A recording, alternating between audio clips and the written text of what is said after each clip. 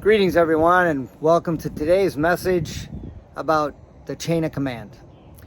This is for my parents, but also for the players on my team, so everybody truly understands what a chain of command is. So in our chain of command, we have the player and the coach, and that's the first step in the chain of command.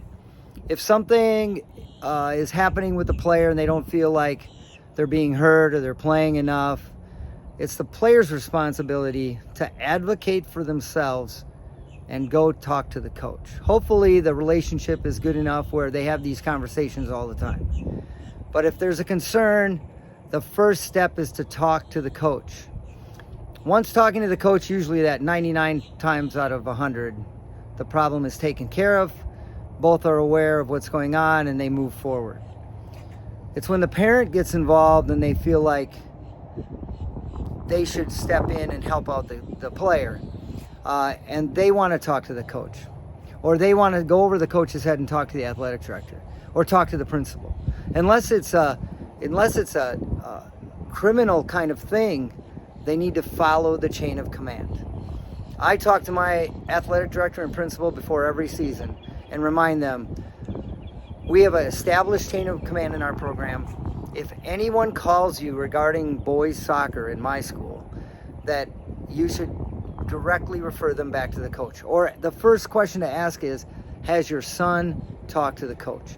And if the answer is yes, then it should be, have you talked to the coach? And if the parent hasn't talked to the coach yet, the athletic director or principal, whoever's your supervisor, shouldn't be involved. They should direct that person right back to the coach, or the player to the coach, and that will solve most of the problems and avoid those parent-coach confrontations or meetings that are unpleasant.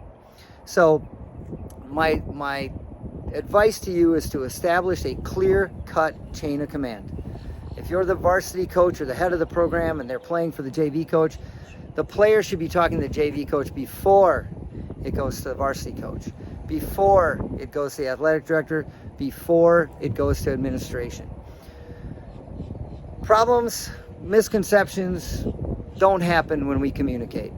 And when the player communicates to the coach and the player then also communicates that to the parent, that's when we move on and we can have a successful season. But the number one thing is the player needs to be responsible and learn to start advocating for themselves. And if they think there's an injustice with how they're being treated or played on a team, it's their responsibility to have that meeting with the coach. So I hope this clears up the chain of command, and let's have a great season.